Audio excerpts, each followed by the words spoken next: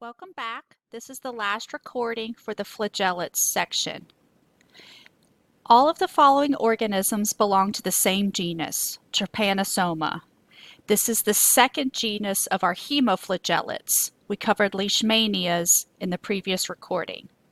The trypanosomas affect the blood and the CSF, and we have three different organisms: Trypanosoma brucei rhodesiense, Trypanosoma brucei gambiense, and Trypanosoma cruzi or cruzi.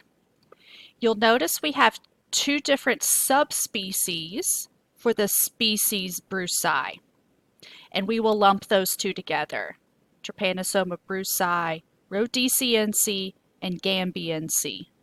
Both of them cause African sleeping sickness, and Trypanosoma cruzi causes Chagas disease. Starting with the bruceys, they're really only different based on the course of their disease and where they're usually distributed geographically. So Trypanosoma brucei rhodesiense causes East African sleeping sickness because of where it's usually found. And Trypanosoma brucei gambiense causes West African sleeping sickness. Now, East African sleeping sickness is the much more aggressive, much more virulent one. It's acute and is usually fatal within 9 to 12 months. West African sleeping sickness, on the other hand, is milder, chronic. It can last several years. But for both subspecies of the bruceis, they have the same vector, and it's the tsetse fly. You do not need to know the genus of this fly, just that it's the tsetse fly.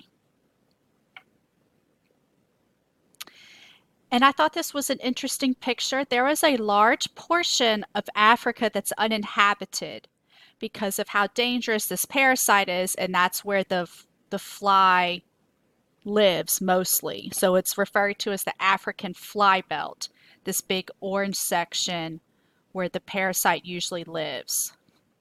It says the tsetse flies live today in moist savanna and woodland regions that get a lot of rain, and it carries the parasite, which can infect livestock and people with trypanosomiasis, also called sleeping sickness. So let's talk through the life cycle of Trypanosoma brucei. This applies to both rhodesiense and gambiense.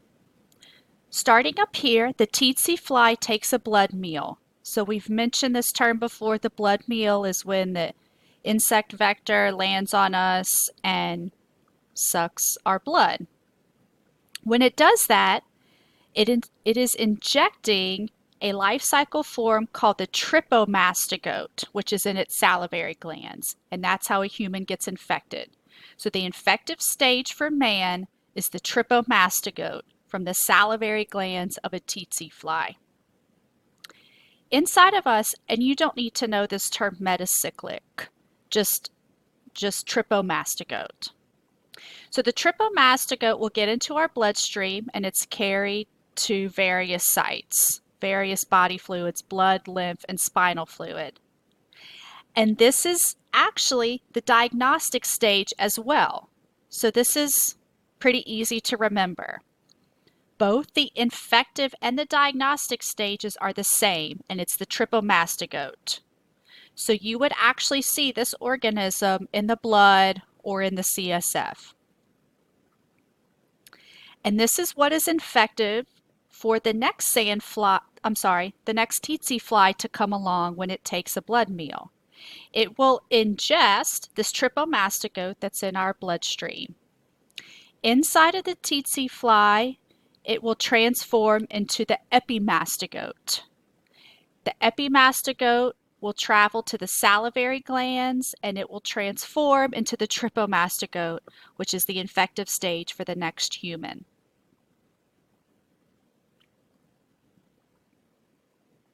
So to talk through it again, The tsetse fly ingests the trypomastigote from an infected human when it takes a blood meal. The trypomastigote in the fly goes to the gut, transforms into epimastigote. Epimastigote goes to the salivary glands, transforms into the infective trypomastigote.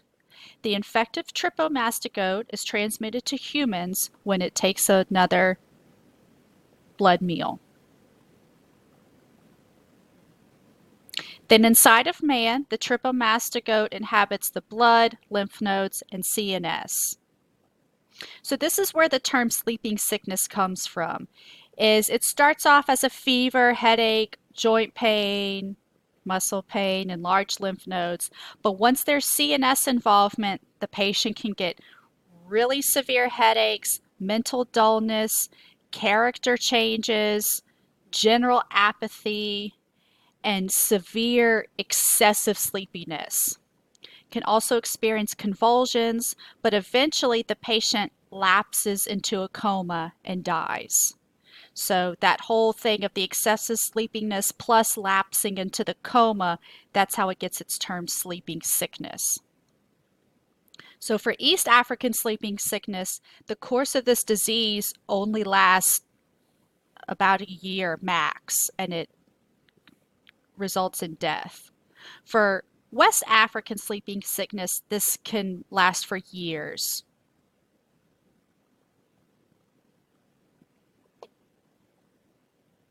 Remember we said to diagnose Trypanosoma brucei, we need to see the trypomastigote, and we would see this in a blood smear or a lymph biopsy or a CSF sample from the CNS. All the trypanosomes look the same, even cruzi. So you cannot speciate it just by seeing a trypomastigote. They all look the same. So the diagnosis is based on clinical symptoms and geography. This is what it looks like. Should jump out at you if you're doing a blood smear. This is an organism that's got curves to it. It's obviously something. It looks like a little worm even. It has an undulating membrane that extends into its flagella. It's got a large nucleus and another one of those structures called the kinetoplast. It can be C-shaped or S-shaped or U-shaped. It's usually curved like that.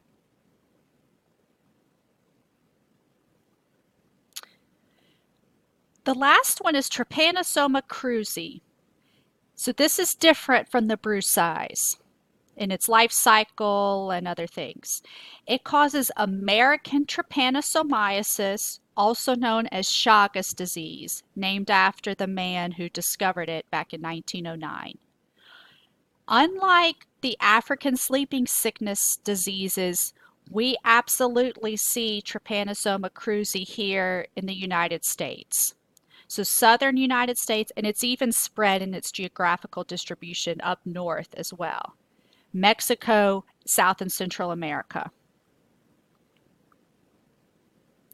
We have a different vector for cruzi, and it's the triodomid bug, also known as the reduvid bug or the kissing bug, because they tend to bite on the lips and face. So that's how it got the name kissing bug.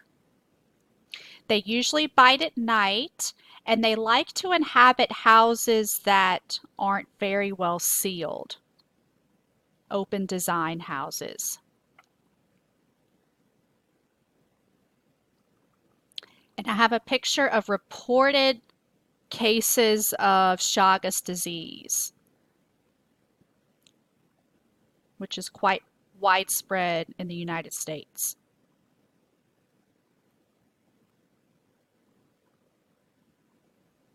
So this life cycle is unique because it can be transmitted by the vector, which is our kissing bug. It can also be transmitted through the blood supply in a blood transfusion, and it can also be transmitted from mom to baby. So when the reduvid bug lands on us, it will bite us, and it will also defecate in an area surrounding the bite. So it does this at the same time. It bites us and it also defecates on our skin.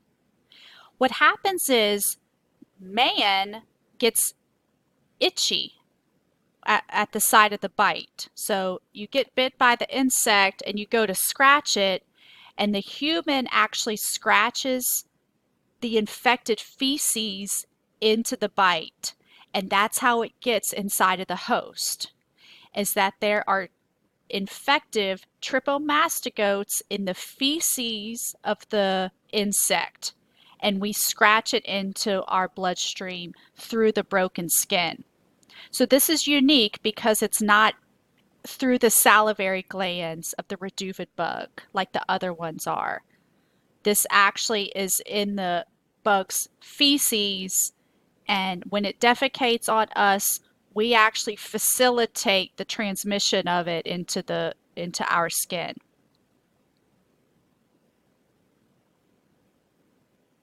But the tripomastigote is still the infective stage, just like the other trypanosomes.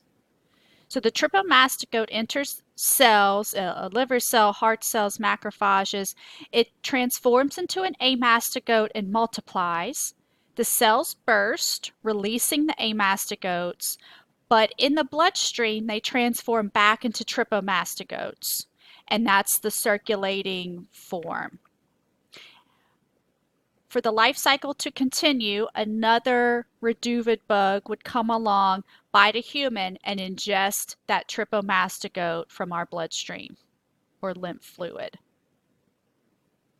So remember, the tripomastigote looks the same for all the trypanosomes.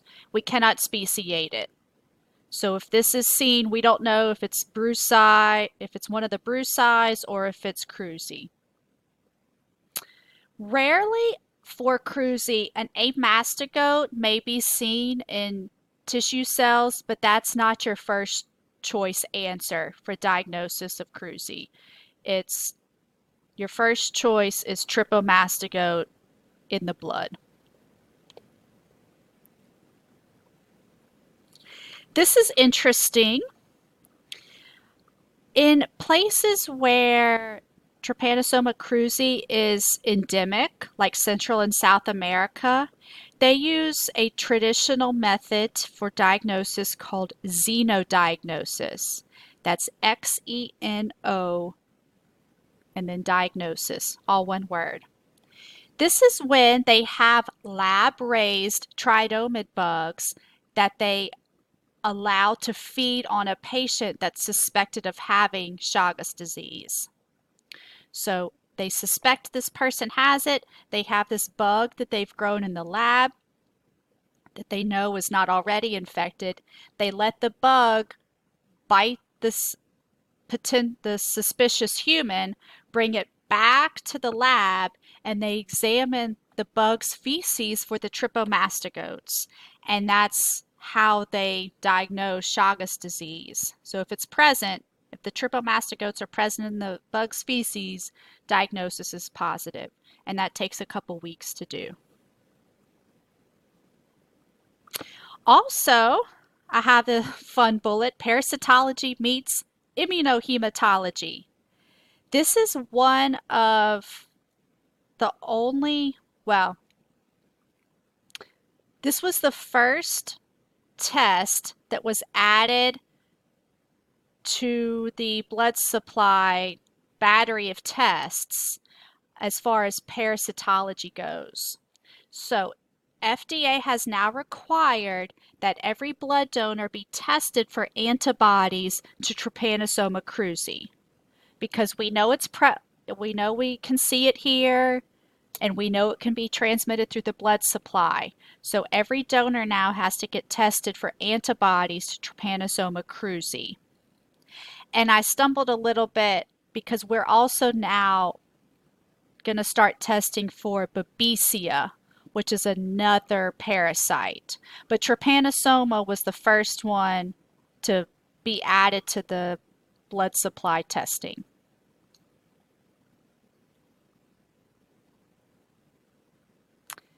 Interestingly enough, The symptoms are most often seen in children under 5 years of age, and they're the ones that have the more severe symptoms. When a patient's infected with Trypanosoma cruzi, they could actually have complete recovery, they could have a chronic course of the disease, or unfortunately, it could result in death. So there's sort of three outcomes there. But like I said, the children, if an adult gets it, it's usually not as severe as if a child gets it. So a unique term for when you're infected with T. cruzi is to develop a shigoma, which is just a skin ulcer at the site of the infection or the insect bite. Other symptoms are swollen lymph nodes. If you got bit near your eye, which is common, patients get what's called the Romagna sign, which is where there's a conjunctivitis, usually associated with one eye, severe edema and itching, and then general fever, malaise, the myocarditis, or the CNS involvement.